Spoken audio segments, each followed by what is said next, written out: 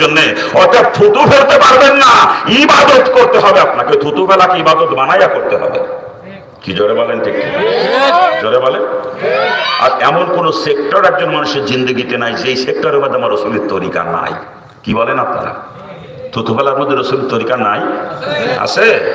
মাথার চুল কাটা ছাটার মধ্যে, কান পরিষ্কার করার মধ্যে, নাক পরিষ্কার করার মধ্যে, গোপ দাড়ি কাটা ছাটার মধ্যে, দাঁত মাজার মধ্যে, বগলের পশম, নাভি নিচের পশম পরিষ্কার করার মধ্যে, হাতে পায়ে নখ কাটার মধ্যে, পোশাক পরিচ্ছদের মধ্যে এমন কোন সেক্টর একটা মানুষের জিন্দগিতে নাই যেই সেক্টরে রসুলের তরিকা নাই। ঠিক কিনা? যারা বলেন ঠিক কিনা? ব্যবসার মধ্যে কি রসুলের তরিকা আছে? কি কন? চাকরির মধ্যে, কৃষি কাজের মধ্যে, খানা খাওয়ার মধ্যে, পায়খানা প্রসাবের মধ্যে, ঘুমানোর মধ্যে, বিবাহ শাদীর মধ্যে, স্ত্রীর সঙ্গে মিলামিশার মধ্যে, সন্তান লালন পালনের মধ্যে, প্রতিবেশীর সঙ্গে আচরণের মধ্যে, আত্মীয়দের সঙ্গে আচরণের মধ্যে, বিধর্মীদের সঙ্গে আচরণের মধ্যে এমন কোন সেক্টর যে মানুষের জিন্দগিতে নাই যেই সেক্টরে আমার রসুলের তরিকা নাই। কথা ঠিক কিনা? আর A to Z up to bottom সর্ব সেক্টরে রসুলের তরিকা ইখতিয়ার করে চলতে হবে মুসলমানকে। রসুলের তরিকায় যেইটা করবেন ওইটার নাম ইবাদত, আর রসুলের তরিকায় খেলাফ যেইটা করবেন ওইটার নামই হলো নাফরমানি। কথা ঠিক কিনা?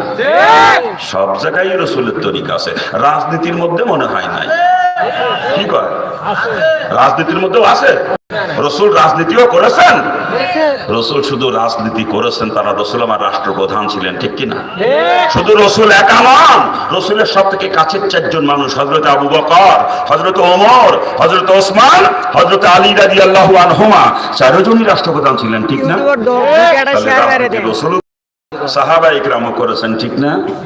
কিন্তু আমাদের সমাজের মুসলমানদের ধারণা হয়ে গেছে হুজুর আবার রাজনীতি করবে। কে?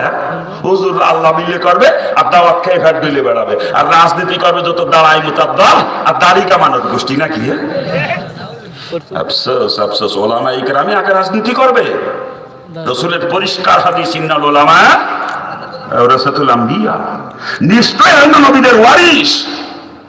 রাজনীতি যে করে না ওই দিয়ে একটা আলেম করলেও গুনাহ হবে। ও আলেম নামের কলঙ্ক, কসম খোদার। যে রাজনীতি করে না সে আমার নবীর ওয়ারিস হতে পারে না। কথা ঠিক কিনা? যারা বলেন ঠিক কিনা? শুধু যে ওলামা ইকরাম করবে রাজনীতি তা না, প্রত্যেকটা মুসলমানের জন্য ইসলামী রাজনীতি করা ফরজ। এটা ফরজে কিফায়া না যে কিছু লোকে করলে হয়ে যাবে এরকম, এটা ফরজে আইন।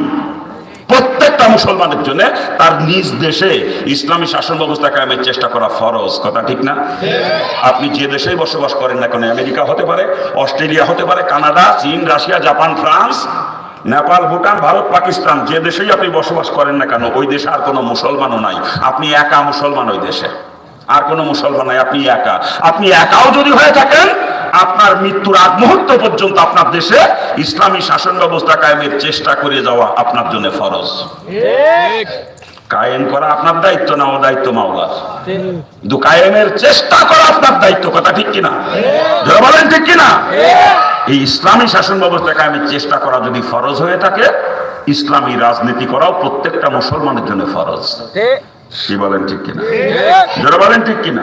কিন্তু দুঃখ, আমাদের দেশের কত নাম করা মুফতি, মুহাদ্দিস, বড় বড় আলেম, এরাও বুক ফুলে ফুলে কয় আমরা রাজনীতির রীতি পছন্দ করি না। কি কয় না? কত মোবাল্লেগের গোষ্ঠী কয় আমরা রাজনীতি পছন্দ করি না।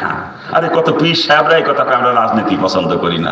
চিন্তা করতে পারেন, যেই কাজ রসুল করেছেন জীবদ্দশায়, রসুল যত কাজ করেছেন জীবদ্দশায়, তার আদনা একটা কাজকেও যদি কেউ অপছন্দ করে, সাথে সাথে তার ঈমান চলে যাবে। কি বলেন ঠিক কিনা? যারা বলেন,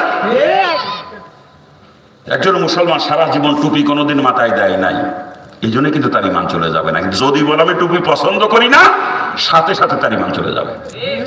একজন মুসলমান সারা জীবন জুব্বা কোনোদিন গায়ে দেয় নাই, এই জন্য তার সে বেঈমান হয়ে যাবে না। কিন্তু যদি বলে জুব্বা আমি পছন্দ করি না, সাথে সাথে সে বেঈমান হয়ে যাবে।